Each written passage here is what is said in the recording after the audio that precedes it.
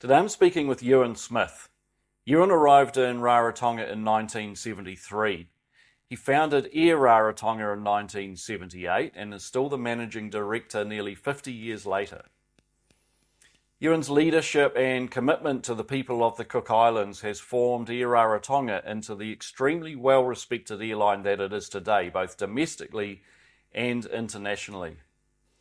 In this interview, he tells the story of how it all began, the ups and downs of running an airline in the remote South Pacific, and also how personal tragedy has shaped his and his family's lives.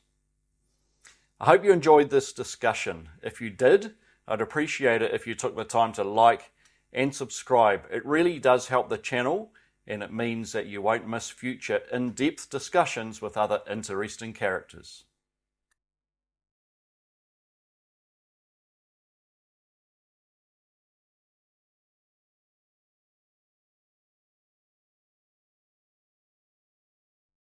You've been doing this a long time. Yes, it is. 2018, you celebrated 40 years of Air Rarotonga, which I'm sure was a big step. So you've clocked over 45 years now and soon to be 50 years. But you turned up on the island before that in 1973, I think. So you've actually done 51 years on the island in aviation. Is that right? Yes, I have. Yeah. Yeah, I got here in October 73 and to set up Cook Island Airways, which was at the time owned by Air New Zealand with a small local government shareholding. And that was set up to maintain connections to Aitutaki after the airport was to open here, because prior to that, through the 60s, Aitutaki had been served with flying boats, the Solent flying boats going from Nandi through Samoa, Aitutaki and onto Tahiti. And then in the latter years, the last sort of 5 or 6 years, there was a weekly 748 that used to fly from Samoa, Rarotonga, Aitutaki and back every week. So with the commencement of DC8 services in and out of here in December of 73, Air New Zealand wanted to maintain that link, so they bought an islander and employed me. I bet you never thought when you turned up you'd be here 51 years later. Did you have any plan, short term even, when you first? Well, I had, not really, but you don't when you're that age. No. Everything's now. But I did have a loose plan, and that was that Air New Zealand, Doug Keesing, who was the director of flight ops, told me that within about 3 years I'd be eligible to be taken on as a DC8 co-pilot. Right. At Air New Zealand, which would have been about 76, 77. But the Air New Zealand NAC merger took place at that time, and that changed the entry point for Air New Zealand to NAC domestic fleet. So I wasn't on any list there, and by that time I'd sort of kind of got some enterprising ideas of my own. Much to Air New Zealand's horror, maybe. I wasn't very popular at the time for what I did. But you were a licensed engineer and a pilot, correct? Yes, I am. So how did that came up? And at the time when you came over, you were a layman. Yes. What were you doing at Air New Zealand before you came over? Well, I didn't work for them. Right. What happened is that I learned to fly in Rotorua. I did my secondary schooling there, and used to hang around the airport there from all my secondary school age years. I did my PPL while I was still at school, and then in order to fill time, you had to be 19 to get a CPL then, and I was going to have to wait around. So I got an aircraft engineering apprenticeship at Air Engine Services in Hamilton, and so I left school in the sixth form because I hated it, and went there. And so I did three and a half, I think, perhaps 4 years of that apprenticeship. And then at that stage, my dad died, so I moved back to Rotorua, and at that point, and then finished off my aircraft engineer's license, and I had my CPL. So I was flying and doing aircraft maintenance for Guysland Airways Air North at the time. Right, but quite a low time CPL I assume. Oh yeah, well I just started there, Yeah. so I worked there for 3 years before I came here. And So in New Zealand, advertised for this role, did they? yeah, they did. There's a bit of a story behind it, but they did.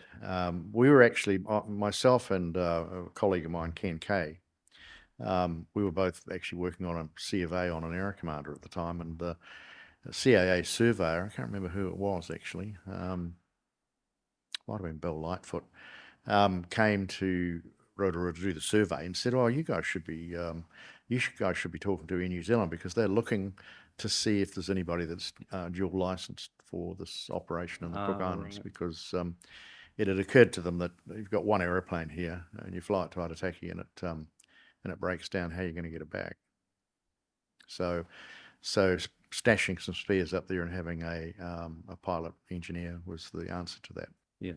That must have been a unbelievably sort of exciting one-off of a lifetime opportunity. Well, it was. Really. I mean, I was 22 when I arrived here, but I mean, you're pretty young and stupid at that age, so I didn't see anything remarkable about it. It was just what it was. But I don't know what other people thought. No. And I've got a few questions about that operation because, first glance, it seems like a dream, but I'm sure there were just so many challenges that made it not a dream. But so you became the chief pilot. Yes. Were you running the operation essentially single-handedly, or did they Well, send a essentially, small but team of people Air New over? Zealand had staff here, so they had a general manager here. His name was Neil Nisbet, and he came and established the station here for operations once Air New Zealand started. So he was nominally the general manager of Cook Island Airways as well. But I got on very well with Neil. He was a great bloke, and so he allowed me quite a lot of leeway. So in terms of operational decisions, Yes. A lot of it was you. Yep. Well, it was my the developing the airstrips on the other islands was my sort of initiative, and he let me do that.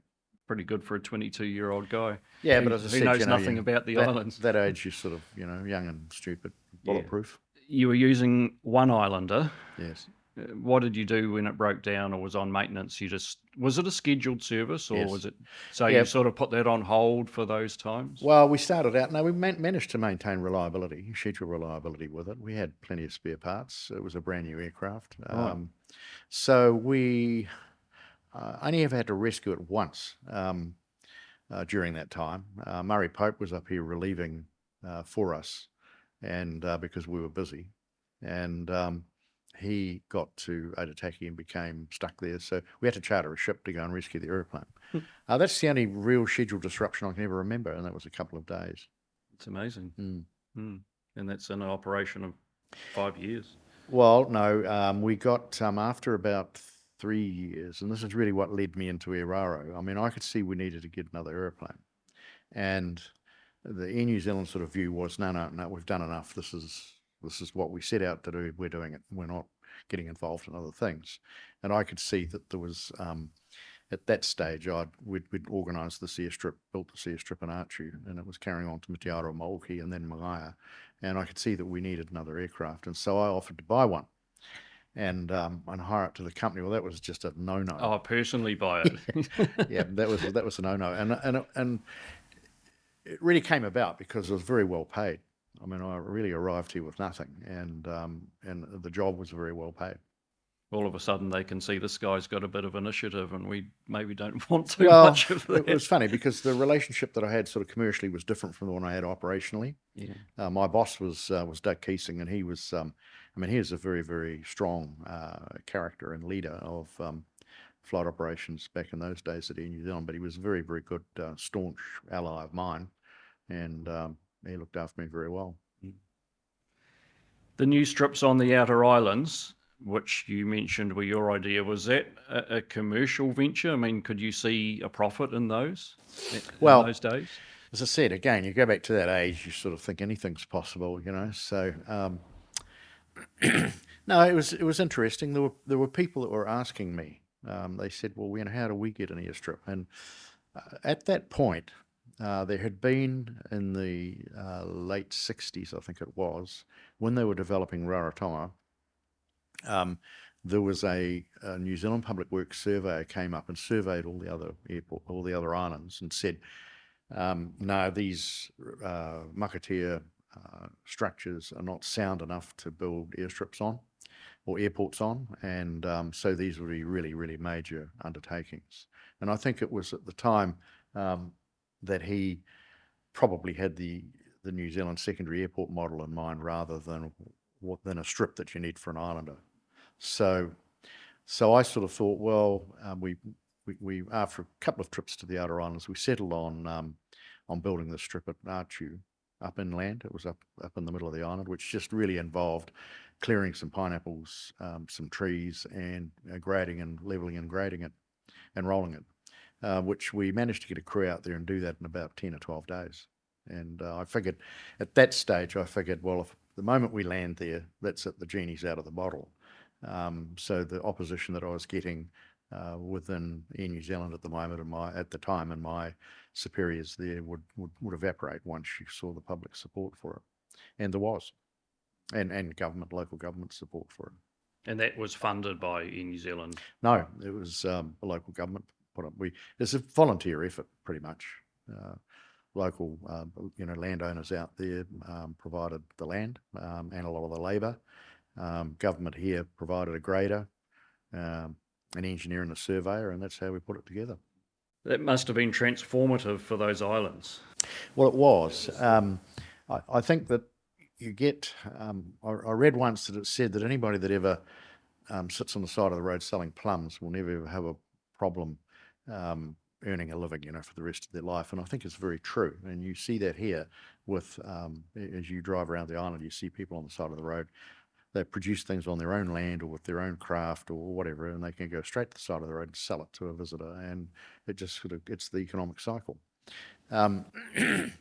So I did the first couple of flights to Archu and was coming back empty and decided to fill it up with pineapples. Brought them back here, sold them, took the money back out to the grower, who then immediately bought a ticket to fly to Raro. So it's sort of, with penny drops, doesn't it? And prior to that, it's been a ship for a week, which is probably not even possible with a lot of produce. Oh, absolutely, yeah. I mean, there was quite frequent shipping out there in pineapple season to Archu and Magai because they were both islands that produced pineapple for the canning factory here. But that all disappeared when the tariff structure in New Zealand changed, allowing competition from Asia, and so that essentially tipped the pineapple industry over here. One of the other questions I had was navigation. I didn't even think about it until recently, but how did you navigate to some of these islands? There was no aids, there was obviously no GPS, the weather's often stormy, I assume, at times of the year. Well, it's all, you don't have terrain to deal with, so you can descend to, 400 or 500 feet on any outer island without hitting anything. So it was all dead reckoning and a back bearing on an NDB out of here. Did you ever get lost or have any scary experiences? Yeah, you wouldn't say you never did, but you could certainly get out there and pop out at sort of 300 feet into very poor visibility and not find an island. Not that often, but occasionally. And all self-taught, I suppose, because you're the but it guy was doing because you don't coming from well, it was my first experience of oceanic flying, and so I never realised just how good a compass and a clock can be. Which we all sort of scoff and turn up our noses at these days. You do, but I can just, if I give you a little side story, the first Air Rarotonga aircraft, our 337 and that 172, in fact, were ferried here by a guy, Bob Shuri, who came from Whangamomana. And Bob was quite a well-known ferry pilot in the 70s, and we reckoned that he could handle ferrying because he could chew his cud for 20 hours. But he was a World War II navigator, and I remember when he was bringing the 337 down here, I sent him metallics or something like that, when he was in Honolulu, and I said, I guess you need confirmation that the Christmas Island beacon NDB is working before you can leave. And he said, oh, it'd be nice. And that's a 1,200-mile leg. And somebody got here, I said, that'd be nice. I thought you couldn't. He says, he said, you develop a lot of confidence in your own ability to to dead reckon, and you do. And the 337, it had a split front cowl. You can assess your drift within probably 2 degrees with that, providing you can see the sea. And I had, interesting, we all had our own little techniques, but mine was the DV window on the side. At 8,000 feet, you time a white cap from the front to the back, and you get your ground speed within a couple of knots. So if you've got an accurate ground speed and an accurate drift, you can go anywhere. It's just such a lost art these days, isn't it? Which is a shame. Yes, it is, and I think that we have discussions here about poor situational awareness of people these days who are very reliant on a lot of information on a screen. I read one of my favourite books is Francis Ride on the Wind. book. Well, it's called The Lonely Sea in the Sky, something like that. Oh, there's another one called Ride on the Wind, which I read. And he describes how he navigates in his, I think, is it a... He just go out into a distance position line. Like so he just fly to a known area. I remember he described flying to Norfolk in a gypsy moth on floats, and he just flew to a known area. So he'd let himself drift downwind, and because he could assess his ground speed very accurately, and so he knew when he was on the position line. So he'd just get there, then head upwind. In 50 years, you've achieved a hell of a lot. I've got a wee list here. You founded Air Rarotonga, probably funded as well, run it for 46 years, awarded the Bond Lifetime Achievement, which was the Cook Islands Tourism Award in 2009, awarded the Companion of the New Zealand Order of Merit in 2019 for services to Cook Islands business and tourism, published a photography book about the Cook Islands. You've been, or maybe still are, the chairman of the Cook Islands Tourism Corporation. Yes, I am. Yeah. Vice chairman of the Association of South Pacific Islands. You were the president of the Cook Islands Chamber of Commerce. And maybe the most impressive to me is you've made, obviously, a hugely positive impact on many local people's lives throughout the country and the islands through employment, training and mentoring and probably a lot of other things, which is obviously very important to you. When did this identity or feeling as of a Cook Islander for you first kick in? Because obviously you came out here as a young guy for a flying job, hopefully to get a DC8 job, but then something changed and you've obviously started feeling a belonging and part of it, and then there was a wanting to give back. How did that feeling develop for you? Well, it was because of the friends that I made when I first came. And the two in particular, Sean Willis, who went on to become our first sort of locally grown commercial pilot, still here, and Tahi Herman, and both of those, both of whom were cadets in the control tower at Flight Service then, and they were a little bit younger than me, 2 or 3 years younger than me. So at that stage, aside from the odd old radio operator and Met observer, there was no one in aviation here. I mean, a young Cook Islander would honestly just stand at the airport and look over the fence and not understand how on earth they could ever get involved in aviation. So I became very good friends with these two, and I thought, well, why not? And we got the 172, so we started teaching Sean to fly. Tango went on to, we call him Tango, Tahi Herman. Tango went on to, he moved back to Aitutaki and became the mayor over there, but later on. But his son, James, is one of our senior pilots. So we've ended up with sort of aviation families here, and that was the genesis of it. So it wasn't so much a matter of giving back, it was why aren't all these people involved? They could be involved. Which is a very unselfish feeling, because sure, you go to a lot of other Pacific Island countries and countries in the world, and they're all run by expats. Well, they are, and if you look at how this sort of comes home to roost, I mean, during COVID, we lost one pilot. That's all, and so we're now bigger than we were before COVID in terms of staffing, and we retained everybody apart from one. Whereas around the Pacific, generally, a lot of those airlines could hardly operate after COVID because then everybody left.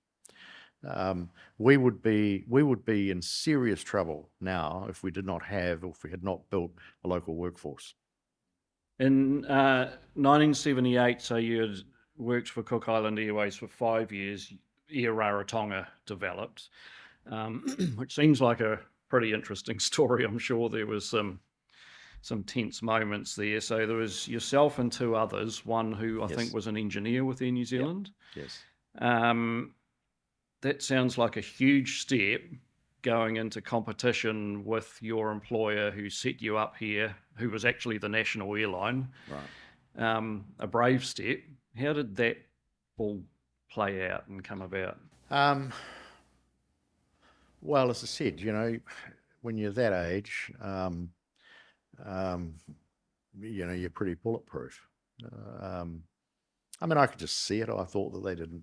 There wasn't a lot of commercial knowledge of this type of operation then, because that's not what Air New Zealand had set up. They'd set up essentially effectively a token small national operator to take care of the Arataki route, nothing else. And I could just see opportunities for other things. In that it could be done smarter. Yeah, it took quite a long time for us to prevail. I thought that we would, being brave, we'd sort of prevail within a few years. Well, it actually took 13. But during which time... By prevail, you mean I thought profitable? I thought we'd be profitable. Well, we had to be profitable from day one. But profitability in an operation like that is, I sold all my other assets and had a motorbike, and that's all it did. All we did was just maintained and flew this aeroplane and paid the bills, and what little bit left was over was what you lived on. So that would be the definition of profitability then, which is very different from what it is now. But it was a lot of fun. I've never regretted it and never doubted myself. But it was certainly quite strenuous at times. I'm sure. Yeah. We're in the training room here in Air Rarotonga, but you have a boardroom next door. Yeah. And Dave Leeming mentioned Ewan sometimes says that that's where I was sacked, in the boardroom. Yeah. So were you sacked or did you quit? Well, I was invited to leave on the basis that if I didn't change my mind about starting Air Raro, I could stay. If I changed my mind, I could stay. But if I didn't, then I'd have to leave. So that was, when I look back at it, having set the thing up while I was still an employee was pretty cheeky. But that's how these things have to play out, isn't it? Well, yeah, and you don't know that much about ethics at that age, not business ethics anyway. You learn those as you go along. Can we talk about a few key milestones of Air Rarotonga? Right, sure. I've listed a few. So I started in 1978, as you mentioned, with a 337. Why did you choose that aeroplane? It's only got 5 seats. I guess the twin was important. Was it a cost of operation, or it was buying something about that size, 5 passengers. An Aztec probably would have been the first choice, but 337s I decided were an underrated airplane. It was what we could afford. It was 30% cheaper than an Aztec.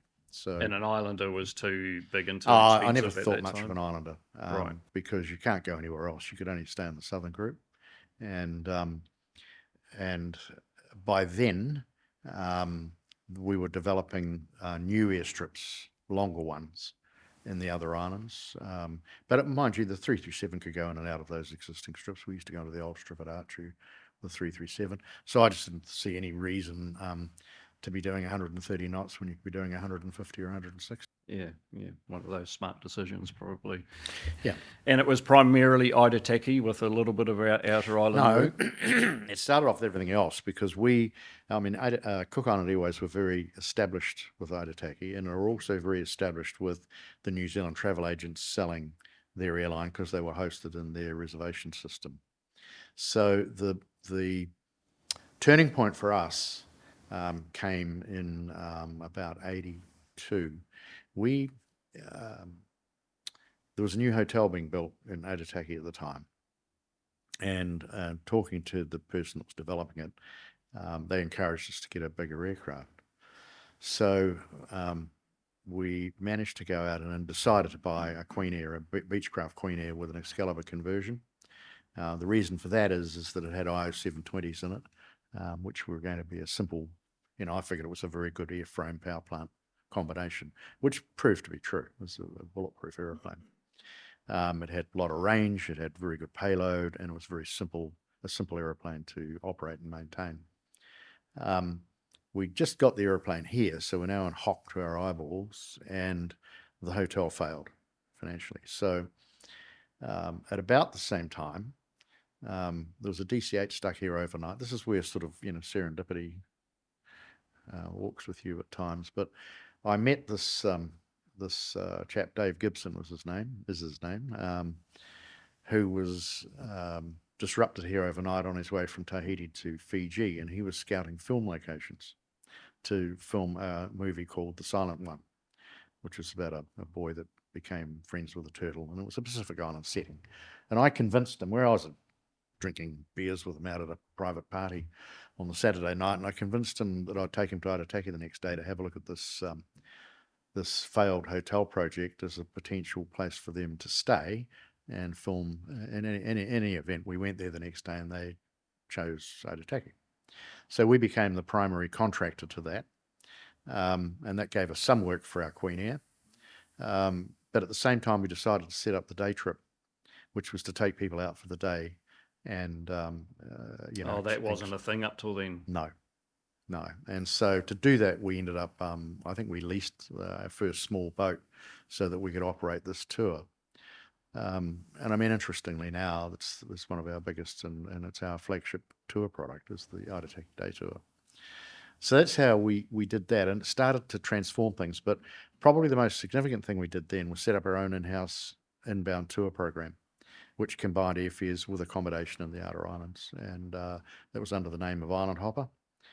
It was originally called Island Hopper Excursions. That company now is still the largest inbound operator here, called Island Hopper Vacations, or Turama, which we don't own it anymore. We divested ourselves of our interest in that in the early 2000s. But that to me was, when I look back at it, the most significant thing we did, because if you want to sort of look at a larger example of that, it was the old Mount Cook and Southern Lakes tourist company, which had its own wholesale network in the US, had its own domestic airlinks in New Zealand, had its own on-the-ground buses, and had its own hotels. And so it was selling New Zealand tourism, not just flights. And that's, to me, was the most significant thing we did, was setting up Island Hopper. And that's what led us over the following 2 or 3 years. It's when we overhauled Cook Island Airways in terms of size. Right. Because we were selling the sizzle, not just the sausage. Yeah. In 1979, Munro Hockin came to work with you. Still here. Yes. What role did he join as, and what's he brought to Air Rarotonga? A lot, I'm sure, obviously, and to you personally. I've read and heard reports of the extremely high standard he demands of staff, and probably the quality of the operation is in large part to Munro and the flight training. Yes, Munro joined as a pilot. We got busy, so we needed another pilot. So by the time we got to about 1982, 1983. I was still on the spanners doing, maintenance work and flying then.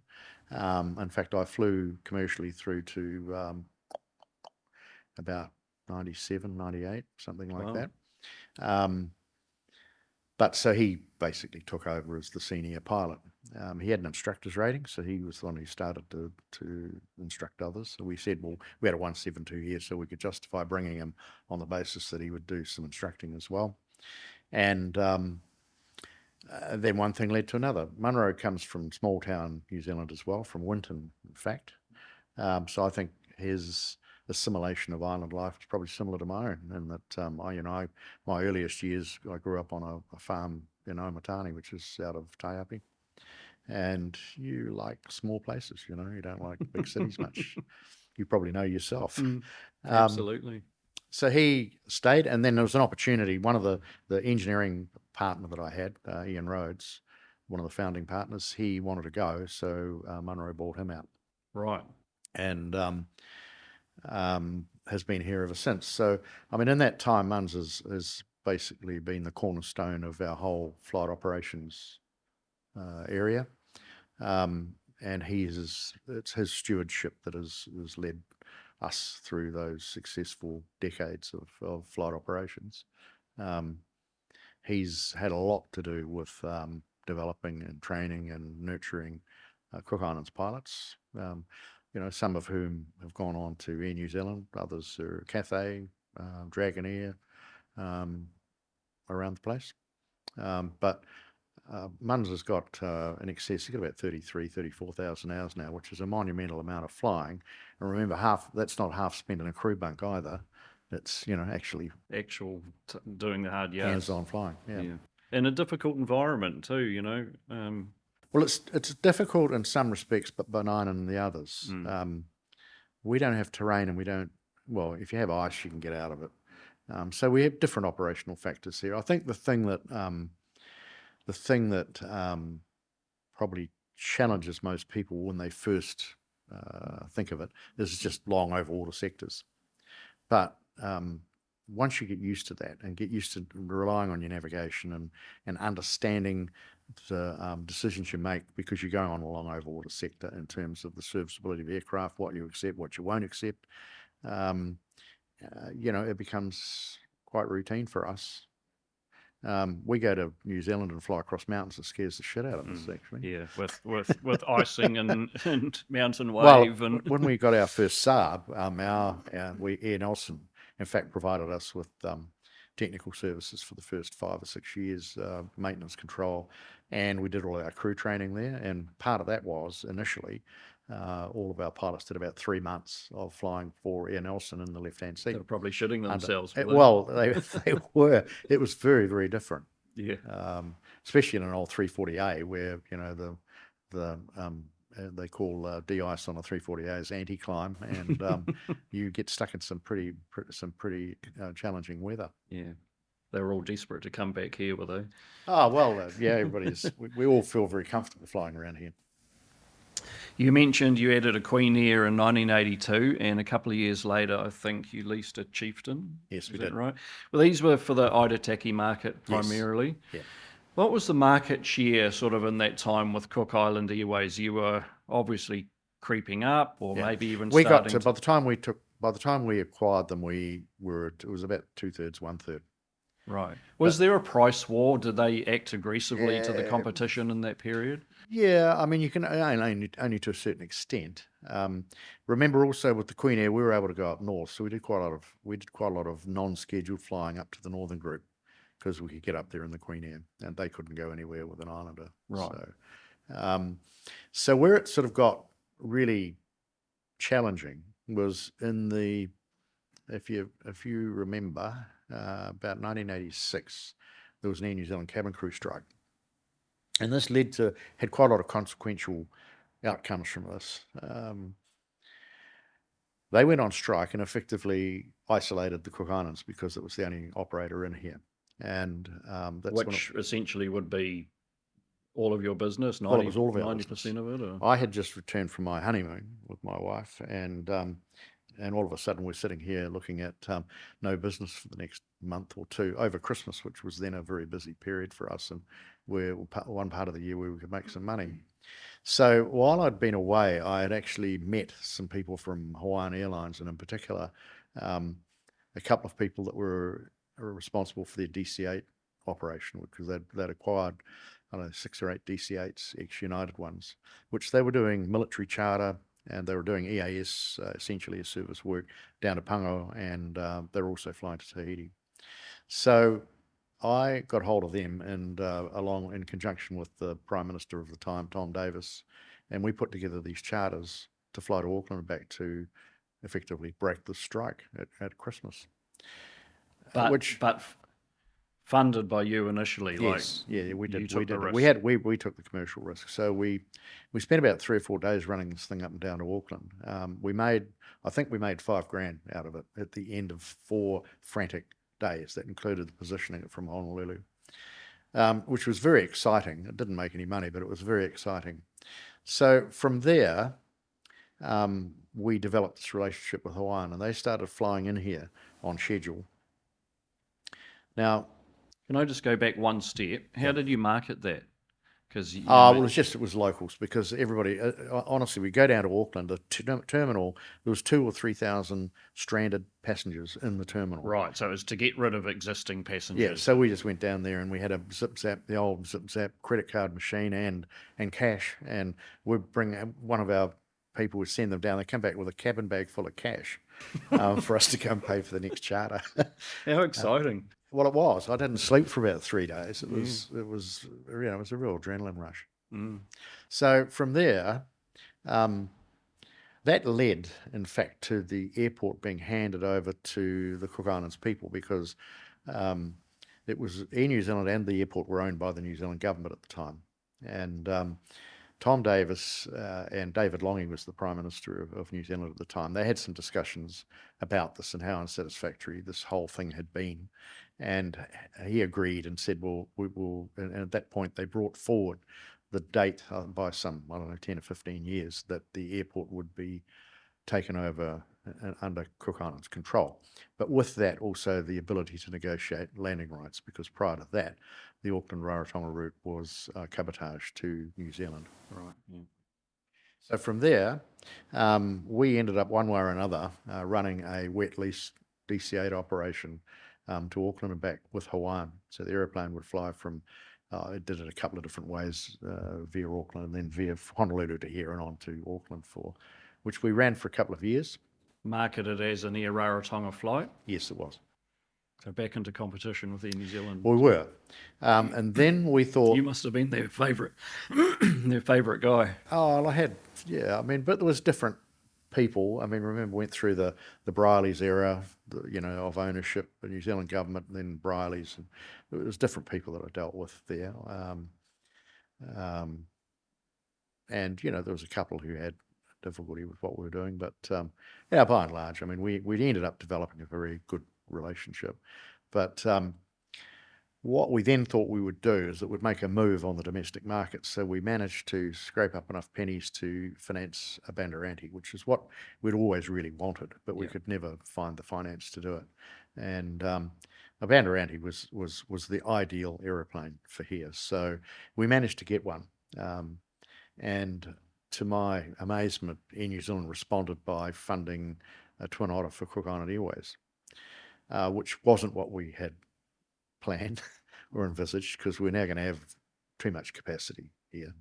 The only thing that I thought is that for our sectors and our strips, the Bandit could go into any of our strips, and the Twin Otter's slower. It's slow. So we thought we had an advantage, and we did. A Bandit could do 6 sectors to attacking back with a single crew. The Otter could do 4, because of the longer elapsed time. So anyway, one thing led to another, and we found ourselves at the table with Air New Zealand negotiating the sale of Cook Island Airways to us, and at the same time we withdrew from our Auckland adventure. I suppose things were just coming to a head over the years and couldn't really... Well, part of it too with they I think it had to think about why they needed to continue to be here, and it is a domestic operator.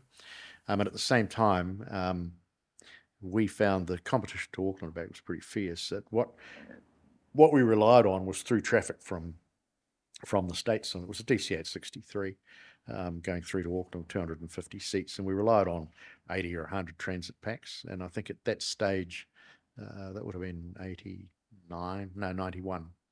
I think it was American or somebody, United, re-entered the route to Auckland, and they were tipping out airfares, and that just emptied out our transit traffic. So we were going nowhere with that.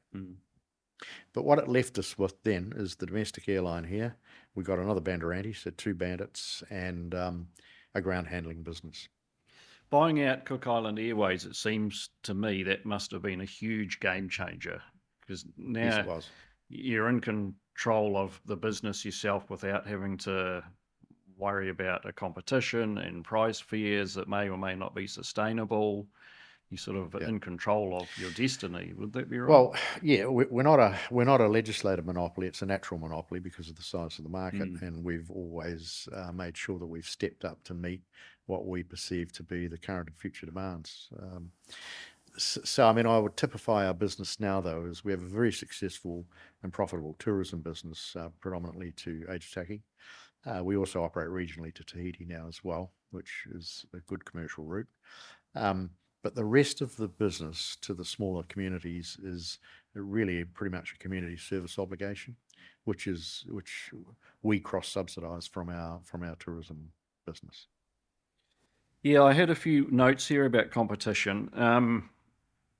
In 2007, I think it was, you increased fares to some of the outer islands from almost double, I think, from $800 odd up to $1,500. That was to the Northern Group. To the Northern Group. And very soon after, the Cook Islands government came out and invited other operators to apply for a domestic air service because they perceived your prices as being too high. Is that the way it sort of worked? Yeah, there's never been any reason why somebody else couldn't apply. There have been several would-be operators have applied for licenses and been indicated they'd be granted, but they never got off the ground one way or another for one reason or another. But the thing behind the Northern Group is this. It is 750 nautical miles from here to Penryn, 650 to Manahiki, 750 to Pukapuka. At the end there, in somewhere like Manahiki or Penryn, Pukapuka, you have a 1,500 metre coral strip, which can only accommodate an aircraft such as a Bandeirante. We also take our Citation up there. So you're now flying a 3-hour sector in a Bandeirante with the fuel that you need to alternate 200 miles away. So your payload is 7 passengers. Your the characteristics of people travelling there to and from there is that they're either all going up or they're all coming back. You know, the loads are not balanced. So you add all that up, inevitably we said we cannot afford to be subsidising those routes. We have to charge what it costs. Absolutely. And that is what it costs. The challenges like fuel supply and alternate just mean it is what it is, isn't it? I mean, there's lots of and low passenger numbers too, yes. I guess. Well, it's very directional, and particularly Manahiki with the pearl industry there, which is now pretty small, but it used to be quite significant. But so what would happen is when they're seeding, everybody would be going up. When they're harvesting, everybody would be, as soon as they've harvested, everybody would come back. So you end up with this directional loading. So you're running a Bandit up there and back 7.5 hours. I mean, the best operator in the world isn't going to be able to do that for less than $20,000 in cost. No. You're carrying 7 people probably directionally. Do the maths. I would imagine if you're purely in it for profit and economics, you know, a lot of operators would just say we're not operating to those islands. But sure. In 1998, you added a third Bandeirante. Yes. Can you just talk a little bit about what the Bandeirantes have brought to your business? I think 35 years now they've been in service, which is a long time. They seem like an absolute perfect aircraft for your routes. Well, they are. For the smaller communities, they are the perfect aeroplane. We have never operated a better aeroplane than Bandeirantes. They're very, very well built, very, very well engineered. They were, from the get-go, they were designed as an aircraft to be maintained on military airplane, in fact, but with an airline-type maintenance schedule. You know, they're not a light aircraft in the respect of you just fly it and when bits fall off, you replace them. It has a proper maintenance planning guide, and it's a bulletproof airframe. I mean, they only ever fatigue tested them to a life of 45,000 airframe hours. We've got one that we've just retired out there, and I'll invite you to go and have a look over it and see if you can find a single working rivet or crack in that airframe. There are none. And that's up to its 45,000 It's after hours. 45,000 hours of having the shit pounded out of it on our rough runways. They are a fantastic aeroplane. With a bulletproof engine as well, aren't they? Well, I mean, that PD6. paired with the PD6, yeah, and they fly, beautiful to fly, lovely aircraft to fly. They cruise at 200 knots. What is there in light aircraft? It's just interesting. We still look around for Bandeirante airframes whenever we can find one, and we bought one out of Australia this past year that it had a pretty easy life. It's a really nice airframe, and the ferry pilot that brought it over, Brett Marlowe, he remarked when he got here, he said, I haven't flown a Bandit for 15 to 20 years, and I forgot what a useful airplane these are. He said, this thing's got a cabin twice the size of a Caravan, a huge door at the back. And he said, I've just flown from Sydney to here on standard tanks. And he went Sydney, Norfolk, Tonga, Raro. That's a lot of capability. That'd be a perfect aeroplane for Sounds Air, I think. Yeah, well... But that brings up a question, is how long can you keep operating them? And there isn't really a replacement. Is that a risk to... it's something that's testing our memory, challenging us at the moment. So what we've done is we've said, right, we need to... we're investigating the Cessna Sky Courier as a potential replacement. The alternatives are, you go find a recycled Otter these days costs $6.5 million US, doesn't have a gross weight increase. And so on today's passenger weight, you can carry about 12 or 13 people in it. And it's not going to do 200 knots. No, and it does 150 knots. So that's your alternative. The Sky Courier but it's very expensive. It's $9.5 million US. And we're investigating ways in which we might do that. In the meantime, what we've done is said, well, we need to future-proof our Bandit fleet for another 5, even up to 10 years. And so the parts that firstly, I'd say Embraer are brilliant in terms of the product support that they still provide for the Bandeirante. I would buy another Embraer in a heartbeat if it was the right aircraft to be getting. They're a very, very good company to work with, and their support of the type certificate for the band has been outstanding. So there's still quite a lot of parts around. There's around 40 or 50 in operation in South America still, mainly military. Obviously PD6s are straightforward. We've just refitted both of ours with a Garmin, the 600 G600 TXIs, so it's got screens and modern flight deck, digital radar, that kind of thing. So the limiting parts are landing gear parts, brakes, wheels, and hydraulic pumps. So we've been out making sure that we've got enough to last us as long as we think we might need them for. Yeah. But I would typify the Bandit as being the Toyota Hilux of the South Pacific. I'll give you an example of a charter we did a couple of years ago. Air New Zealand Maintenance Watch rang me early one morning and said, could we take a 787 main wheel to Tahiti? And we did. A Bandit went out of here at 6 o'clock in the morning with a 787 main wheel in the back, doors big enough to put it in, arrived in Papeete, pulled up alongside, opened the door, they forklift, lifted it out, changed the wheel, put the old one in, and we flew back. It was sort of like, AA roadside service. You can put a CT7 in it or JT15. We can go anywhere. We go up to Christmas Island and out into some fairly remote places. We don't go anywhere that we can't go and rescue ourselves with a Bandeirante. Right. So you can put a PD6 in the back of it, or you can put a JT15 in it with a portable crane and some engineers. Yeah, that's very smart, because you could see yourself one day getting caught for a long time. Yeah. If you got stranded and if you went to Christmas in the Citation or something like that and got stuck there, you're going to be there a while. Yeah. Your first Saab came along, the A model, in 2000. That must have been a big investment, not just in cash, but in potential expertise, which you didn't have, and a proper airliner to operate. Well, our stars sort of lined up at that point where, you mentioned the first part, cash. At that point, Saab Aircraft Leasing had this aircraft come back into their inventory that nobody wanted, and they were prepared to give us a financial lease on it. So that was the first essential part of that.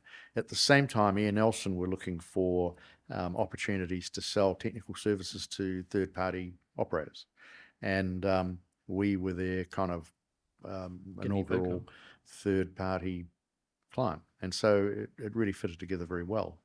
And that's how we were able to make a transition into as a 121 operator, was with the help of Ian Nelson Technical. Did having one aircraft limit you schedule-wise?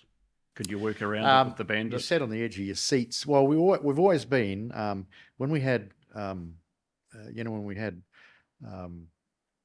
Queen Air, we had a Chieftain as well. We could sort of bail that out. Then when we got to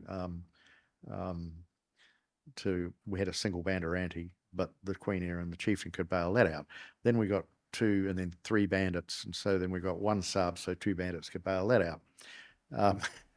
That said, we had nearly 20 years of operating that 340A, and I think we only had 2 or 3 AOG periods that lasted more than a day. Wow. Yeah. That's impressive. What next? 2007. So, sorry, I could add one of the reasons for that, and in fact, Ian Nelson were quite curious for a start as to how we were achieving the reliability we were there, but it was all related to anti-ice. That you didn't have to worry about here. Yeah, that's right. I mean, weakened MEL and anti-icing, right? Because we can operate outside of icing conditions. So that's where our reliability differed from theirs, the 340A. In 2007, you entered codeshare agreements with Air New Zealand and Air Tahiti. Yes. Was that a big thing for the business? And especially almost not quite getting back into bed with Air New Zealand again, but how was it working with them again? No, by then we had a very good commercial relationship with Air New Zealand. I was also knew personally Norm Thompson very well, and I used to pitch the idea of codeshare to Norm frequently, and he's a marketing person. He could see the sense from Air New Zealand's point of view of having effectively 2 destinations off the same Airbus. You could go to Raro, you could go to Aitutaki on It's almost like having Cook Island Airways without having to have it. Yeah. So it's a very important commercial contract for us. And in fact, codeshare is on the Aitutaki routes around 20% of the business. So it's huge, very important. Huge. Yeah. Yes. And the Air Tahiti?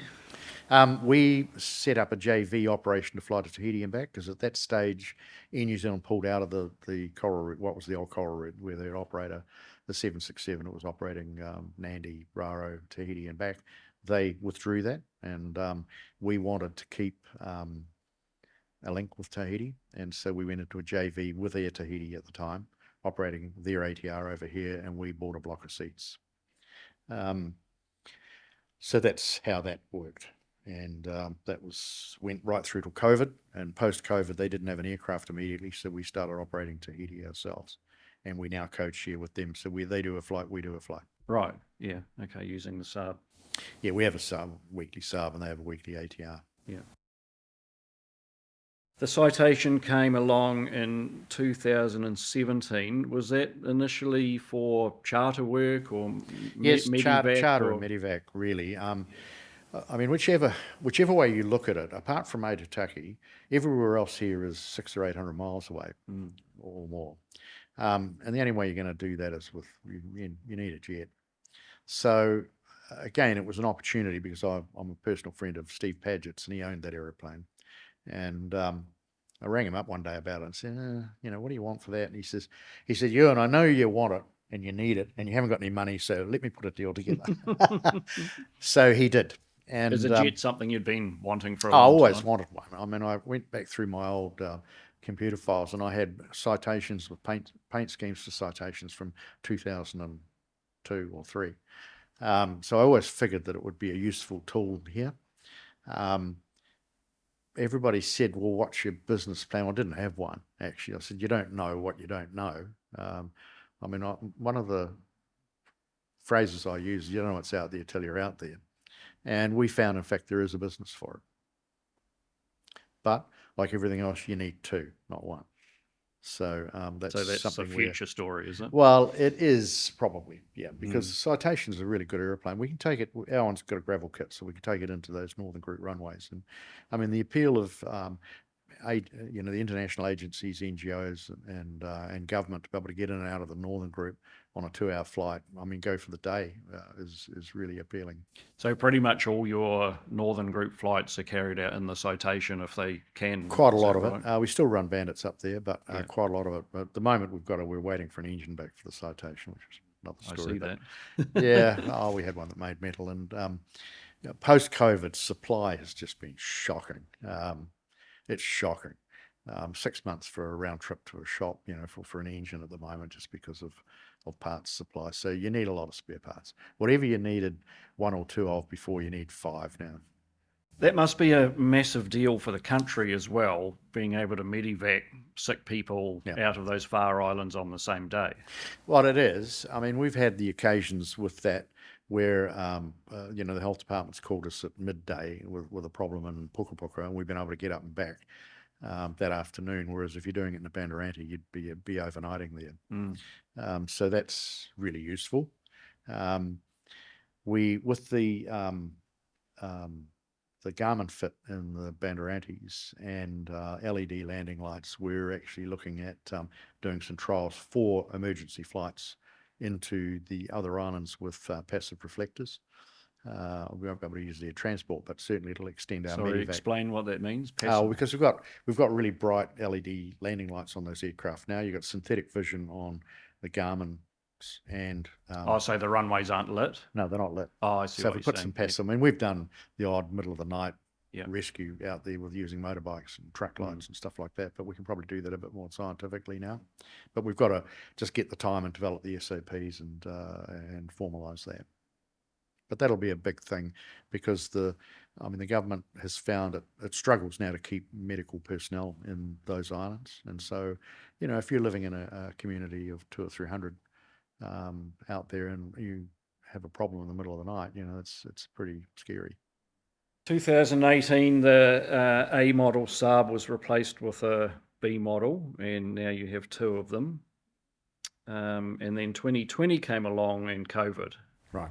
Can you just talk a little bit about the impact COVID had? Was that an existential threat for the business? Could you see this being a very serious thing in terms I did. Right at the start. I mean, just on the science, I figured that we were looking at a multi-year hiatus. I could see that. And it just seemed unthinkable that everything would stop. We had, just prior to that, as you mentioned, we wanted to roll out our 340A, and again, it was just the right deal came up. I mean, the 2 that we have, the 340Bs we have, were from JAC, which is a subsidiary of Japan Airlines, and these were mint identical aircraft that they'd owned from you. And I don't know if you've ever been in a Japanese maintenance hangar, but if you do, you'll find it's a life-changing experience. You could do open heart surgery. You're a sad man. I mean, they really have been fastidiously looked after. And the Saab rep had often said to us, he said, if you're going to get a B, wait until these Japanese aircraft come on the market, because that's what you want to go for. And so we got one and then managed to scrape a deal together to get a second one because I figured we needed to. Then came COVID. So in 2019, here we were, 2 Saabs, great forward bookings, exciting things. We're going to finish our new Vaka on the lagoon for Rarotonga. What possibly could go wrong? Well, it was a pandemic. Yeah. So we have a very, very capable and competent CFO who, between he and I and Munro, we sat down and just figured out how we were going to knuckle our way through this. So what were the key steps you took to getting through it? The key thing right from the start was to shut everything down and stop all costs that you could. except that we negotiated with government to maintain a 20% capability. They gave us a bit of help with that each month so that we could do cargo, medevac flights, that type of thing. And so there was that. We didn't have a lot of debt. Even with the 2 Saabs? No, we didn't have a lot of debt, but we were able to freeze what we had. The government paid a minimum wage, so we all lived on $300 a week for a couple of years. So you kept all your staff employed? No Yes, one we lost did. their jobs? We did. Nobody lost their jobs, but they had to live on $300 a week for quite a while. Yeah. We did things, like planting and sharing the vegetables around and fishing. And I mean, one of the things here, beautiful things about this island or these islands is, food jumps out of the ground here. You've got a pretty contented community, and yes, we were cut off, we were isolated internationally, but I mean, life wasn't too bad, really. You're not hungry, you're not short of social interaction, apart from when the very contagious part of COVID. Once we established that we didn't have COVID here, we sort of operated in a microcosm, really. So as a business, did you set up like a community that was supporting and Yes. helping each other? Yeah, we did. Yes, we did. Nice. And, getting everybody, we'd only just finished this training room, so we had a lot of staff meetings in here, got everybody in and saying, right, here's what's happening, here's what we think is going to happen, here's what we're going to do about it. And we just had to plan our way through that. We did document what we did, actually, and just as you could sit and have emergency plans. Planning's wonderful, but it's much more useful if it's been tempered by real events. Yeah. Which that has. So we didn't have an economy like New Zealand where tourism only accounted for 15-20% of it. Here it's everything. It's the whole place. All the cash here, apart from aid, comes from visitors. Yeah, just thinking of you all being able to get together, it was so much different than our experience in New Zealand, where everyone was stuck at home and you couldn't leave. Right. And trying to keep that community spirit in the company. I was working for Sounds Air at the time, was very difficult. We were making little videos. We might have one charter come up in a month, and who's going to do it? So we had run little competitions online, but not being able to get together was tough. Well, pretty hard. And also, one of the things that was wonderful about our staff is that they did have, once there was the odd flight that came in here, they had the opportunity to escape and go to Australia or New Zealand and find better work, and they stuck with the ship. In 1978, you said, or about 1978, that isolation, distance from the mainland, lack of facilities and financing were your biggest challenges back then. In 2024, would they be the same? They haven't changed. No, oh yes, it has. Obviously, the internet, instant information. Cost to distribute. If we look at the way that we distribute our airfares and tour products these days, and how we market them. We run our day tour pretty much off TripAdvisor. So all that has obviously been transformational. So in that respect, it doesn't matter where you are in the world. We have an IT director who spends probably 6 months of the year in Europe.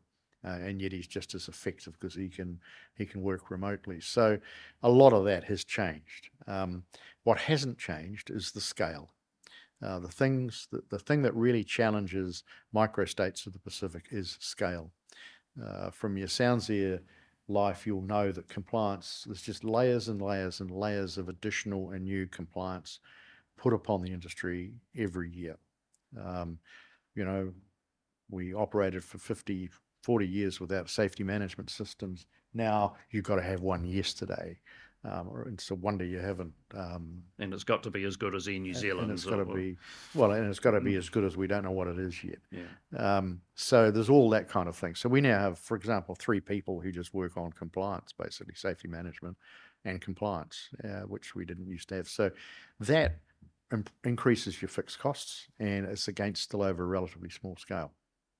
So, so scale challenges us. We don't have a business clientele that want to go home at 9 o'clock at night. So basically, as soon as it's dark, visitors don't want to be traveling around. So you've got a limited window. That window means that you operate an aircraft like a Saab or an ATR, which is what we'll probably transition into in future. And your limited utilization, you're going to be down at around 1,500 hours a year because you're not still operating at 10 o'clock at night, moving the business crowd around. Yeah. Do you fly on Sundays here? We're just to Airotaki. Right. And Sunday afternoons. Yeah.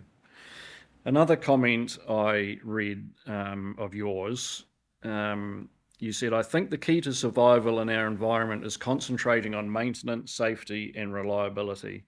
It's much easier to sell tickets for an airline that has a reputation for being safe and on time. In a lot of countries, it's just assumed that airlines are safe, but not so in the Pacific Islands region. Yeah. It's an interesting comment because it's sort of just assumed, looking that the scenery sells the tickets. Yes. Well, no, restaurants can't sell bad food or survive selling bad food. Airlines can't survive with a bad safety record. And you can't survive commercially if you can't keep your aircraft maintained and operating.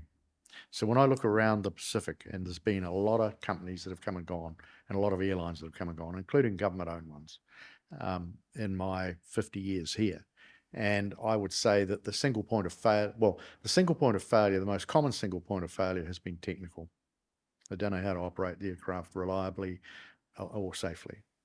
The second point of failure is particularly the government-owned ones. They have no idea what they're doing commercially.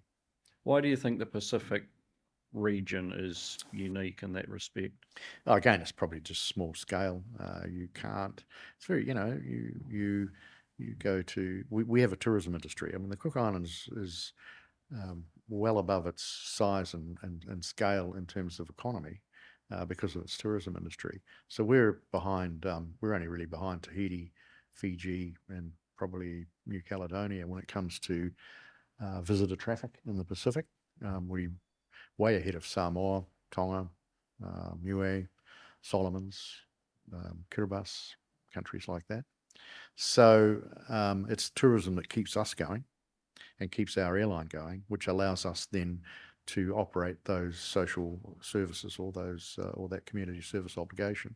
In those countries, that's all they've got, and they don't have basically the commercial platform to operate it off.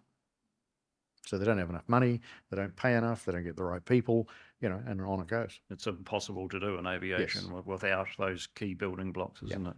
Yeah. A little bit about your sense of community personally and the company. It just seems that you personally and Air Rarotonga, which I guess you've developed, has a strong sense of community and support for the country and the people. You sponsor some free air travel for sport, for charitable groups. I think you sponsor the education of several children up to tertiary level. What's the impetus for you personally for doing this? And you have done pretty much from the start. It's a small community. You've got to be part of it. You've got to participate. You've got to do these things.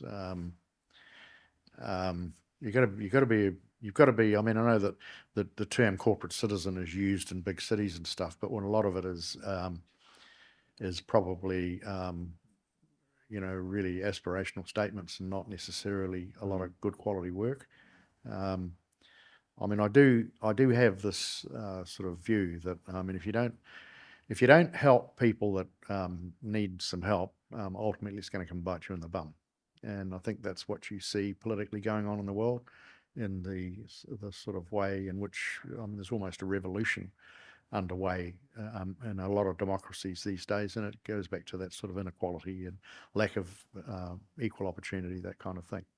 Here you're in a small place where you can actually do some of those things, even as a small company like ourselves, to redress that, and so we participate in those things. Yeah, and I think even in a larger country like New Zealand, which is still a small country, but there's still plenty of opportunity for that in a small way, and every small part makes a difference. But there's not many companies which actually, that I've seen, actually proactively make much of an effort to do this. No. Well, it's interesting sort of looking at, I'm obviously originally from New Zealand, and I look at what goes on there in the political cycle and the issues that you see now, and, you know, there's no excuse for it. 95% of the country is uninhabited. It produces enough food for 40 million people, not 5.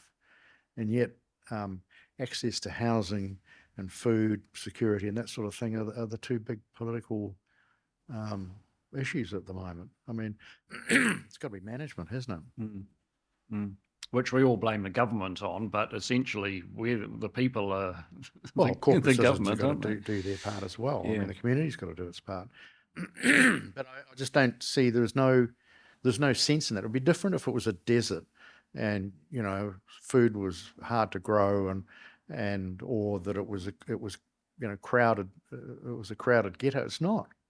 You drive around the South Island, you don't see anybody for hours, and yet housing and access to housing is a problem. Why? I know that is probably being simplistic, but it just seems to me that the national aspirations aren't there that address the logical. There's a lot of complaining. You hear a lot of complaints about it, but there's nobody actually addressing it logically. At the heart of it has to be education. I mean, you have to educate your way out, and unfortunately, educating your way out is a long-term project which doesn't survive political cycles. A bit like hospitals and health. well, yes, but I mean, Both half of health is probably lack of education. I mean, it's NCDs. We have that problem here. Half of the health capacity is taken up with NCDs, and you say, well, how do you reduce NCDs? The only way you're going to reduce it long term is education. I don't understand the social economics of saying education's a public good. When I left school in the sixth form, it was free up until you got to university. In fact, it was free at university too if you got a UE. Something happened. They took away apprenticeships. I had an apprenticeship, and there's no apprenticeships now. Guess what? There's the shorter tradespeople.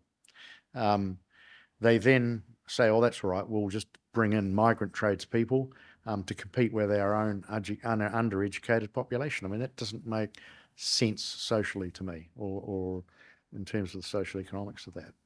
So we have a system that says education is free up to secondary school, and it's not entirely free. But if you go to university, you have to borrow the money to do it, and then spend the rest of your life paying it back. That does not make sense. If you looked at the fact that during the pandemic, they printed $60 billion to keep the economy going, and yet in normal times you hear governments and people fretting about the fact that the student debt has reached $10 billion. They could actually go and eliminate that tomorrow and say, right, quality education and quality tertiary training and quality apprenticeships are going to be have some element of state funding. You might have to pay it back if you don't stay here. Maybe there should be a return of service thing, but I don't understand the way it's currently constructed because it's not successful. I think, like you say, a large part of the problem is that those ideas don't survive political cycles, and because our politics now are so divided between left and right, you know, the minute one idea comes in, the next government, it's all gone, and it's a problem, isn't it? Well, it sort of seems to me, it occurs to me though, that the vast majority of the New Zealand population want the same things. Neither, because of the short-term political cycle, neither of the political factions are able to deliver it. That's what it seems to me. Getting back to Air Rarotonga, the other social duty that you do as a company, which is quite unique, it seems, and amazing, is you employ almost entirely locals, which has obviously been a plan from the start. Right. Can you talk a little about how this works in practice, maybe for pilots? Do you interview young kids from school who might want to be a pilot and then fund them, or do they fund themselves? And also, does it work for engineers, accountants? How do you get qualified staff here and keep them? You have to develop people. But just go back to the start. I'm a migrant myself, right? And that I came here in 1973, and I was the only one that had the qualifications to do that. I've always felt, as an employer, a sense of duty to employ Cook Islands nationals first and try and work with that. The reason being that as a migrant, if you can't contribute that to the place, what are you doing here? I've always just sort of felt that's a duty. The second thing is the talent is actually here. It's a small place, but the talent is actually here. We started with pilot training and did very well with that, and that's because you find a real depth of just natural skills. All of the Cook Islanders that we've been involved with in learning to fly and going on and being successful never have any problem with their hands and feet. It's it's the rest of the academic side of flying that you have to do the work on. But we're very, very skilled. We have a very, very skilled group of pilots. Engineering's harder, and I think that's because it's not something. If you go back to even when I came here, there wasn't a lot of mechanical work done then. There wasn't a lot of machinery on the island. You mean? No. Yeah. So you didn't have people that have grown up in households where their parents or their grandparents were motor mechanics, for example. So that's been a bit harder and come along a bit later. Commercial staff, been easy. It's like anywhere. You provide the career pathways and the upskilling pathways. You get there, and in doing that, you get loyalty. Some people leave, but because obviously Australia and New Zealand offer some compelling opportunities for people, but we've not had a problem in our sort of stance on employing locals first. So with the pilot training program, do you provide as a company, do you provide a pathway from zero to ATPL, or is expected that they go and sort it and come back when it's changed a bit over the time. I mean, the initial ones we paid for everything, and which limited how many people we could help at the time. We've got the 172. You've probably seen it's got a diesel engine in it, which we put in because you can run it for nothing compared to avgas. Avgas costs around $6 a litre landed here, and whereas jet fuel is $1.80. So that 172 sits there. More from the point of view of that I've always felt every airport in the world has to have a 172, so we have to have one too. And, I can't think of a better reason than that. No, so it's the only thing we're allowed to fly now. But anyway, we put a diesel engine in it about 5 years ago because you can operate it for $20 or $30 an hour. So any kids that come along that are really keen on flying, we can do some amateur training and get them going and see what they're like for nothing. Because kids here can't afford to pay for flying lessons.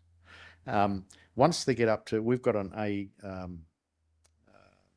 APEQ examination venue here, so we can conduct New Zealand personnel license exams here, and so there's the opportunity. We've got a training centre, APEC. We've got plenty of people around that can help with subjects who speak Māori. To help kids get through subjects and show that they've really got some interest in doing it and some passion for it, and the ability to get to the stage of the PPL or less the cross-country work. And then from there, we utilise the New Zealand Student Loan Scheme to an extent and saying, well, you go and get a student loan to fund the way through the rest of it, and when you come back, we will help you pay that off on a return of service basis.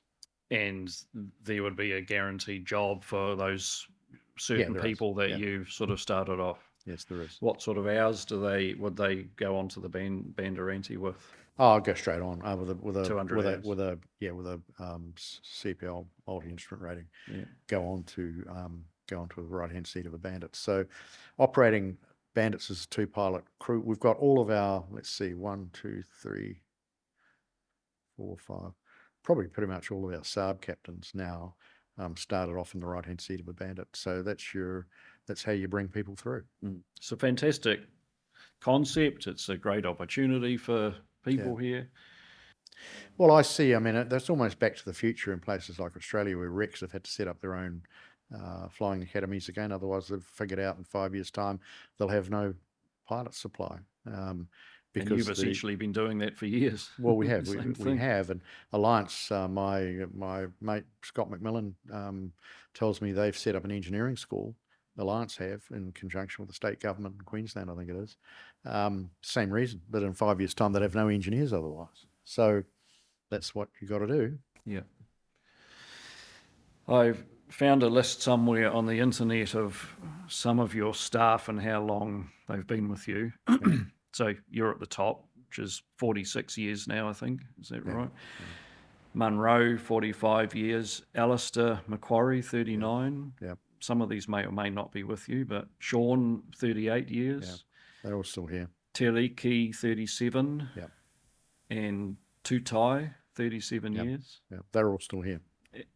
I think you've got a father and a son who are both pilots, and a daughter in the same family who's a flight attendant. Two daughters. Two daughters of the same family. Yeah. Wow. And I come across something that Ian Howard, who was one of your ex-pilots, said. He said, so many guys that have come through Air Raro have done exceptionally well, but when you speak to them, they want to come back. At the end of the day, so he's now working for another airline, but at the end of the day, you pursue the dream, you get to the top, you get there, and then all you want to do is retire and go back to Air Raro. Yeah, that's very flattering. Yane's one of our mates who he went off. He's been flying in New Zealand regional. I think he's on an Airbus now. A320 captain. Is that family feel something that you intentionally try and foster day to day, or is it just a byproduct of your personality? Grew into it. And I mean, we sort of grew into it sort of naturally, but now it's something that we really foster. And we say to, we have a lot of staff here in their households. They have children, grandchildren that are growing up, and we try and find them career pathways here to help them with that. We've had about 8 or 10 kids that have gone away on Aspire scholarships and completed secondary education in New Zealand and gone on into tertiary education. That dried up when the government changed 6 years ago. They canned that scheme, but we've been able to make very good use of it, where we were able to place kids down there at schools, private schools, and as I said, I mean, the last one, in fact, he's at NMIT at the moment doing his aeronautical engineering certificate. Must be a very satisfying thing for you personally. And I think you do some personal mentoring as well. Is that right? Yeah, well, you do that all the time. I mean, we've got 135 staff here, so. But, well, you say you do that all the time, but I think if you took a list of 100 CEOs, they probably don't do it all the time. Oh, look, this is very much a people business. I mean, one of the things that we had about the safety management system, bringing in a new safety management system. I said, look, our safety management system has always been Munro and I walking around every part and touching every part of the company every day, pretty much, which involves talking to people, going and finding out what everybody's doing, what the problems are, so that it's a very inclusive way of being in touch with everybody and they being in touch with you. And it's a feature of being a small company centrally located like this. We've got this big complex here. I mean, you can walk around and touch our whole ground handling operation that we're in here early this morning, turning Jetstar around. So you can go and see all of them. You can go over to the GSE workshop, see all of the staff there. Cargo's there, engineering's downstairs. Corporate services are just down the floor from us, and marketing and stuff. Bubs sits in my office with me, as he's done for the last 37 years. So yeah, Bubs being Tereki Numanga. On another personal note, you and your wife Fenny tragically lost 2 children in road accidents here in Rarotonga. Nikki, who was 14, and Tereki, who was 19 or 18. And you said to the New Zealand Herald after Te Ariki's accident, "We lost our teenage daughter 12 years ago, and it's a repeat of a horror story in our lives, unfortunately. I have to say, on Friday night when this happened, we sat in a near catatonic state, incredulous we were heading back into this awful, awful state." And, you know, as a parent, I can't imagine how that would be to lose a child, let alone two. Can you tell me a little bit about Nikki and Te Ariki? What sort of people were they? What did they want to do in their lives? Yeah, they were. I mean, it's this last 20 years. It's losing the two kids that's defined us, myself and my wife, and our surviving children. How do you deal with it? You park it all and take out little pieces at a time and deal with it in bite-sized lumps. That's the best way I could put it. Otherwise, you would just fail. I mean, you spend a lot of time up the back of your cave trying to figure out what you're going to do next and how you're going to survive this. And I guess there's times when you just feel like you literally cannot get through it. Yes, I learned to deal with the depression that inevitably follows that. My wife has really struggled with it, and we still do. Being busy here, probably what I did is just put more. I just sort of camouflaged it by putting more effort into my life here in the company and getting on with doing what we're doing here, and that's helped me. But the kids, they were just wonderful teenagers. They were wonderful kids. Tereki was at Otago. I think, like many students that go to Otago, the first year is probably pretty much social progress rather than much else. But he was finding his way. None of them have really gone into aviation.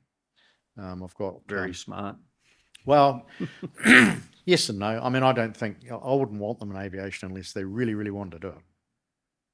And they've been dragged up in an aviation family, and so they've been surrounded by it 24/7, and have not opted to go into that. Our oldest son, Francis, played rugby professionally for about 10 years. In fact, he was down your way. He was at Tasman for the last 4 or 5 years of his NPC career. The next one, Bren, he went to sea and he worked, got a skipper's ticket, and he was operating barges out in Barrow Island, and then more recently in Auckland, and now he's a technical manager for our own boat operation, maritime operation in Airotanga. And our third son, Sean, is a lawyer here. Nice. So, but I'm dealing with the loss of kids. I mean, every time you pick up the paper, and you see somebody in the same tragic circumstance, you just see there's a headline in the paper terrible. Yesterday that I couldn't read it. No. I couldn't read it. I just know what they're now going to go through, and it's awful. It's just awful, and it's just something that you can't really describe. Nobody can help you with it. Really, it's just something. Does it get easier over time? No, you just learn to get around it. You don't get used to it. You don't get over it. You just get used to it. So sometimes you wake up and you feel you see this big dark thing. They call it the black dog out there. You just got to move it and park it, and just get into some alternative activity. And when you say it's defined you and Fenny over the last 20 years, what do you mean by that? It's made you different people, or stronger, or? Well, emotionally, very seasoned, I suppose. Not much more compassionate. You see people encountering tragic circumstances in their lives, and it makes you very, very, very compassionate for them. And I suppose with losing children like that, you can't do anything about it, but other people are confronting challenges, and you think, well, you can do something about that, so you get in and help them do something about it. How do you help someone? When you say you sat in your cave for a while, how do you actually help someone in it's interesting. Space? I sort of while you're sitting there contemplating your future, in the end, I decided it's people. It's people. It's the fabric of the companions and colleagues and friends that you have. That's actually what's important. And without that, I mean, if you're in a big city and living in a nuclear kind of society or community where you don't even know your next door neighbours, and you had a tragedy like that, I don't know how you cope with it. Very, very different here. And so that probably enhanced our sense of the value of living in a community like this and the strength of a community like this. And getting back to it, we're talking about New Zealand before, and I mean, I see that in the regions and stuff, the strength of those communities. And it just seems to me that those really strong communities, but they need the economic keys that they haven't got. Yeah, absolutely. You live in a region. What do you think? Where do you live in? I live in Koromiko. Oh, Koromiko, yeah. Just out of Picton. So what do you think? It's not even a community. There's just a... Yeah. Yeah. No, I agree. I think it's a lot more pronounced in the North Island in terms of lack of economic infrastructure and education. Oh, yeah. I mean, I look at it now. I mean, did my high schooling in Rotorua, and I go back there now and say, well, what the hell happened here? How was this allowed to happen? Because it's been allowed to happen. Similarly, Northland. I used to fly, when I was flying for Guysland and Air North, we used to commute, we ran a commuter run up to Kaikoui every day. And you go up there and you look at the places, Northland is just an economic and social disaster. And you say, why was this allowed to happen? Because all they needed to do was centre an industry there. And it doesn't matter, this whole idea in the 80s and 90s that you just throw the chips in the air and see where they land has not worked for New Zealand. It's not. If you had an industry up there and kids could go through high school and get apprenticeships or something in that, have whole useful lives in that region. Beautiful region. And you sit there and it's just economically derelict. And you say, well, that is because of lack of design and lack of attention. Absolutely. I mean, Blenheim, which is just pretty much where we are, there's plenty of money because it's a vineyard region. Yeah. So we don't see these issues there, but when you drive through some areas, like you say, well, some places like Blenheim. I mean, Blenheim's an interesting case because it transitioned. It made a transition. I flew to Blenheim in a Tiger Moth in about 1968 or 67. They had a Tiger. We had a Easter vintage aircraft rally there, and I flew down from Rotorua with Dong Billinghurst and his Tiger AUZ. And then Blenheim was a pub, a couple of dairies, stock and station agent, and those big stations around there, and there's not much else. A garage and Barron is all hell. Yeah.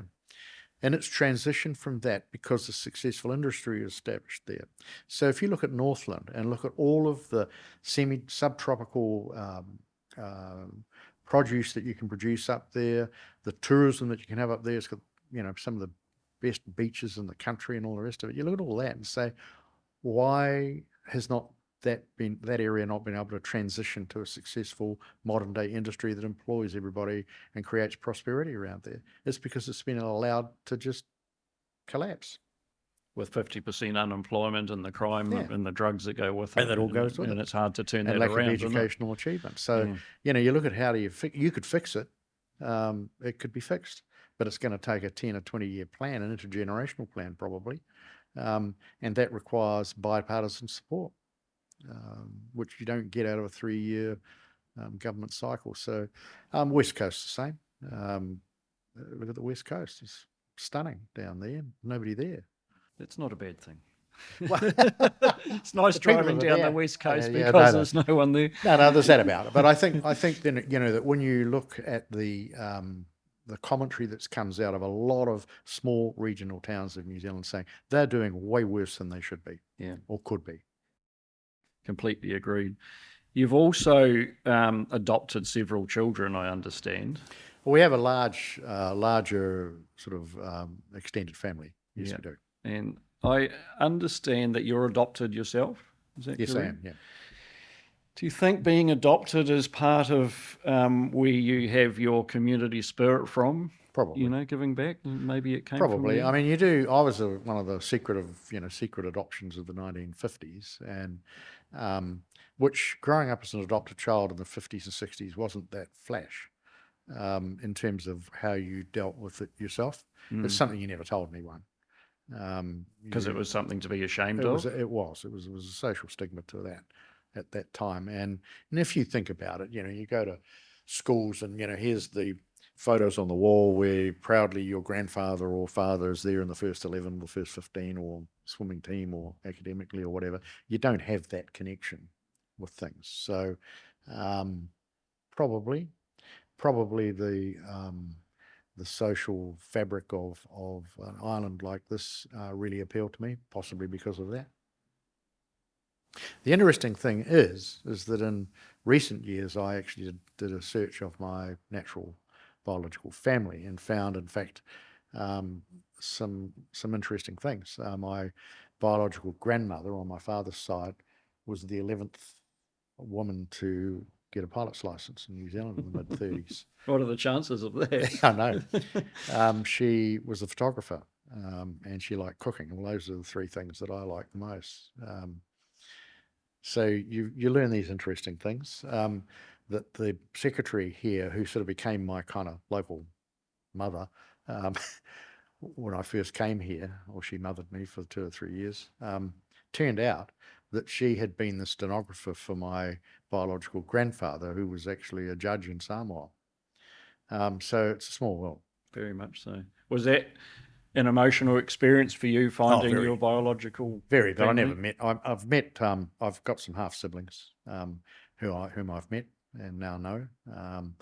Didn't meet my parents at all because they'd passed on, or grandparents. But yeah, it was very, very. What would you say? Traumatic's not the right word, but it was very, very, a very emotional time going through that. I didn't do it when they first allowed adoption searches in the 90s. I didn't do that initially because my mum was still alive, early 90s. And the mother that adopted you? Yes. Yeah. Because I didn't really want her to find out and be offended by that. So I left it, but by which time everybody had passed on. So it's just sort of historical interest, really. So you mentioned photography. Yep. Which is a big passion of yours, still is? Yes, it is. What makes an interesting photo for you? Well, most of my photography is landscape. And this is a beautiful place to photograph. Although I've found subsequently going back to New Zealand, I mean, I've been down to Taiapi a few times and out to the old farm and stuff, and it's just beautiful out there. And some of the things you can do. I went to got a friend who's got a share in a boat that operates in Dusky Sound. I've seen some of those photos. I've done a couple of trips down there, and I mean, it's just sensational there. But that's knowing what I know now. Probably the most influential thing for me is I picked up a camera when I first got here because I thought flying around all the time, there was these great opportunities for aerial photography, which I did. And so if you look at the aerial photograph of Rarotonga that everybody still uses, pretty much the first one I took when I figured out that I could get up to 9,000 or 10,000 feet in the 172, get the right time and the right light and the right composition, and pull that off, and I did. And it was influenced by a picture of More, I think, by Paul Chelsea, who was a well-known photographer, Aspen anyway, well-known photographer. And so it just sort of went, one thing led to another. Then I'd come through Auckland Airport and look at the book rack there and say, oh, look at these souvenir books. I could do one of these. What started out as being a sort of a 25-page souvenir book turned into a 200-page coffee table book, which took another 15 years of fiddling around. You learn things. I ended up with a Hasselblad medium format camera, and I just loved that and square format. So that's how I did that. And then I figured that the time to produce a book with all these aerial images in it, and then the rest sort of came to support that, was using a unique position that I had those aerial images. Of course, now with drones, anybody can go and do that, except a lot of them aren't doing it properly. In your opinion? well, they're not. I mean, the problem is that access to media and drones and the aerial point of view and digital photography, which means that you're not wasting film. Just means that the internet is clogged with trillions of shitty pictures, actually badly designed poor snapshots.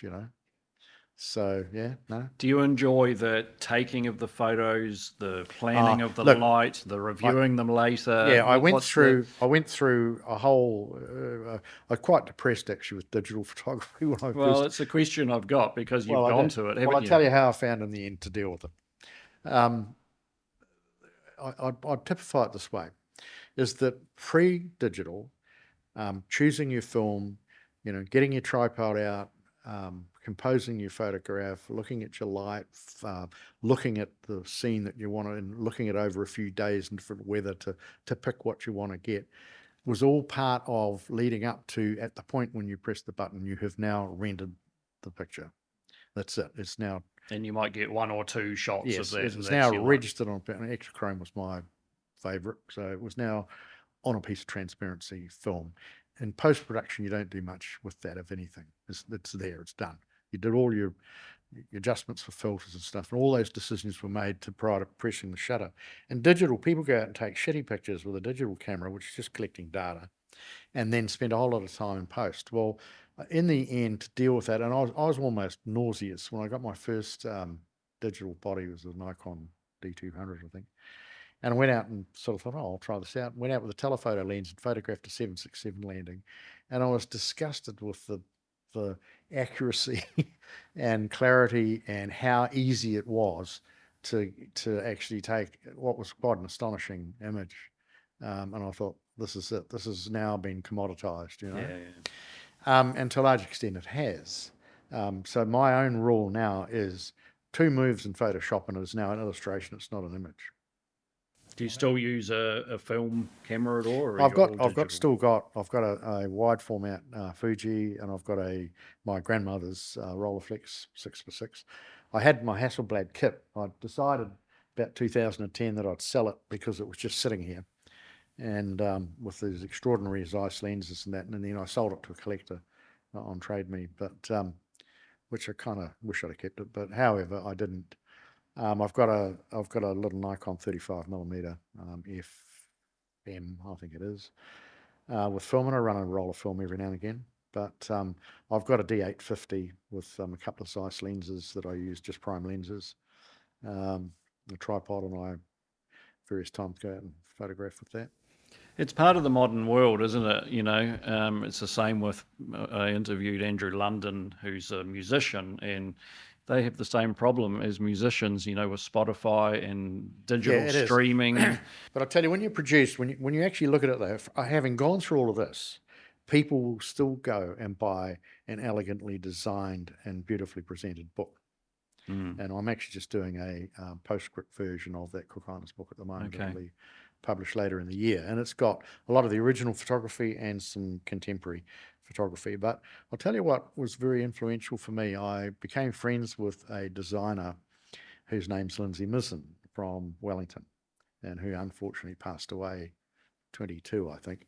But Lindsay was a pedantic person, was pedantic with his design, was very, very particular. I read an article in The Listener about him recently. He designed a lot of the early New Zealand banknotes, and the current passports. He did a lot of that kind of work. He typified modern graphic art as being hairdressing with computers. He was an old pencil and paper man, and he could illustrate, and he'd do things. He would spend days considering fonts. He would, and so these were all the critical elements of design that made a book that he would design something that you'd pick up and not want to put down. Yeah. And so I learned that. So at the end of the day, there is a difference, and it's how you present it. I learned also from a friend of mine, Peter Crawford, who was a producer for the BBC Natural History Unit. He's retired now, but he did a couple of major mini-series, and one of them was called Nomads of the Wind, and that's where I first met him.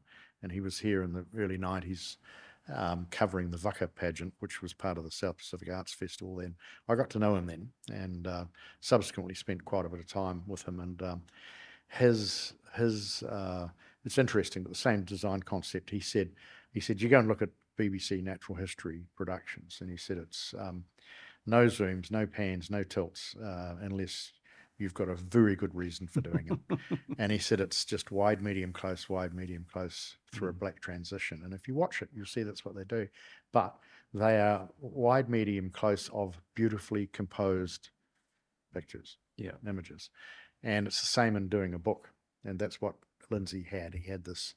He'd set up this grid that made it interesting as you go through, where you're doing the same thing. And on a big double page spread, you've either got a DPS or you've got a wide, medium, and a close detail, on a double page spread. And afterwards, when you go through it, you say, actually, that's what keeps it interesting. If you go through a book and it's just double page spreads that are wide pictures, after 3 or 4, you get bored. So there's a lot in that. Some final questions. Sure. You look as fit as a fiddle, but like the rest of us, you're not getting any younger, I assume. Yeah. When's it going to be time to hand over the business or running the business to someone else? And do you have a plan for that? My stock answer is 2 days before my funeral, just to give everybody time to to get organised. I spent the first half of my working life I smoked, and then I realised, in fact, it was our daughter that said to me one day, we were driving, I was dropping her off at school, and she said, "Dad, when you die from smoking." So I gave up that day and said, right, we've got to do something about this. So, lifestyle choices, walking, watch what you put in your mouth. So what I'm taking from this answer is there's no plan to give up. No, there's no plan to give up. No, I don't. I could not live without work. I can't. And so I don't contemplate that. In terms of, we've got a lot of people here now. So in terms of succession, I mean, I still contribute the strategic view, and I love that. I love the strategy. But there's other people around who can do that. But the business runs nicely without you having... The business runs pretty well. I mean, that's why I'm able to sit here for 3 hours this morning talking to you. I mean, if that was 10 years ago, I'd be running around firefighting everywhere. In 2013, you made a comment and you said another issue we have to consider is the future ownership of the airline. One possibility includes selling Air Rarotonga to its employees, but we're in no rush to decide just yet. Has there been any more thought about that sort of idea? Not really. There's parts of it. I mean, obviously the company is now probably qualifies as a national strategic asset. And so I would imagine that there would probably be some interest from the superannuation fund or government to have a stake in it. I think certain parts of the business, things like ground handling, is something that employees could own and run, because that's really about, it's all people actually. Ground handling is just about people. It'll be one of those things, but it will be retained locally for sure. The business will be retained locally. What's the secret to retaining or keeping enjoyment and enthusiasm when you've been done something for so long? Because you see, we keep doing new things. I mean, I keep looking at new things. It's pretty good now. I mean, you can, when you wake up at 2 o'clock in the morning, which you always do when you own your own business, you can get out there and find some pretty interesting, get some pretty interesting inspiration and ideas out of just looking around the world and seeing what people are doing. 2 in the morning's the time for ideas, I find. Absolutely. I mean, I did dairy farming for a spell when I was a high school kid in Rotorua. I used to go and work for somebody, and I found that that sort of 6 o'clock milking is really good. When in flying, I always loved doing the early morning roster because I think you get a lot done in the morning. So I'm a morning person. What's been the most proud moment running the business? Well, there's a lot of them, really. I mean, the most recent one is launching the new Waka on the lagoon in Arataki. That's been probably a 20-year project that sort of started and stopped quite a lot of times, and it's which we haven't mentioned in this interview, but we were talking about it earlier. So that's a wholly owned. Yes, it is wholly owned subsidiary of ours, and it employs just Airtakians, and it showcases the Arataki lagoon, Arataki culture, and people, the staff on the waka are from Aitutaki. They serve lunch of Aitutaki and produce. It's something that our clients really appreciate and enjoy. And so you built a whole new waka design? Yes, to have. The new one's by 27 yourself. metres. We launched in 98, we launched the TTA Tonga, which is 21 metre waka that we carried up to 30 clients on. The new one's 27 metres, but it's got twice the floor space. And we limited that to 44. And it has an onboard bar and lounge area and stuff like that as well. It's been done to a very high standard of finish. But I think it goes to this. The Aitutaki Lagoon is a 5-star natural attraction. And so we now wanted to step up the quality of your experience on there to a sort of on a 5-star platform. What's been the toughest moment of Air Rarotonga? Well, the tough ones have obviously been more personal things.